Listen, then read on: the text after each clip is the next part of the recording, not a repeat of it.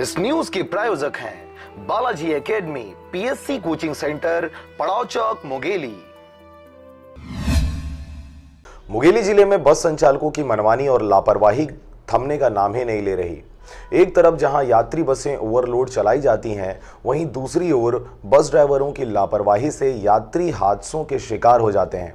ऐसा ही एक मामला सामने आया है जिसमें मुंगेली बिलासपुर रोड पर बागड़ी ट्रेवल्स की बस अनियंत्रित होकर धर्मपुरा के पास एक पेड़ से जा टकराई।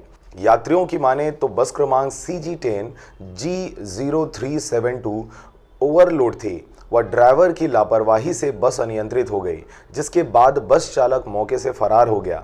मिली जानकारी के अनुसार हादसे में घायल यात्रियों को जैसे तैसे हॉस्पिटल पहुंचाया गया, जिसमें से एक घायल यात्री की हालत गंभीर बताई जा रही है। मुंगेली से बिलासपुर जा रहे थे तो बागड़ी कंपनी की बस से एक्सीडेंट हुआ। और ये करीब कीधा नाला के आगे कार शोरूम है, उसके आगे। आप बस में बैठे हुए थे? जी, बस में मैं पीछे बैठे हुए थे। हम लोग 3 साथी थे, जिनमें हमारे एक साथी का हाथ पूरा फ्रैक्चर हो गया है कैसे एक्सीडेंट? और काफ़ी ओवरलोड थी बस। क्या नाम है?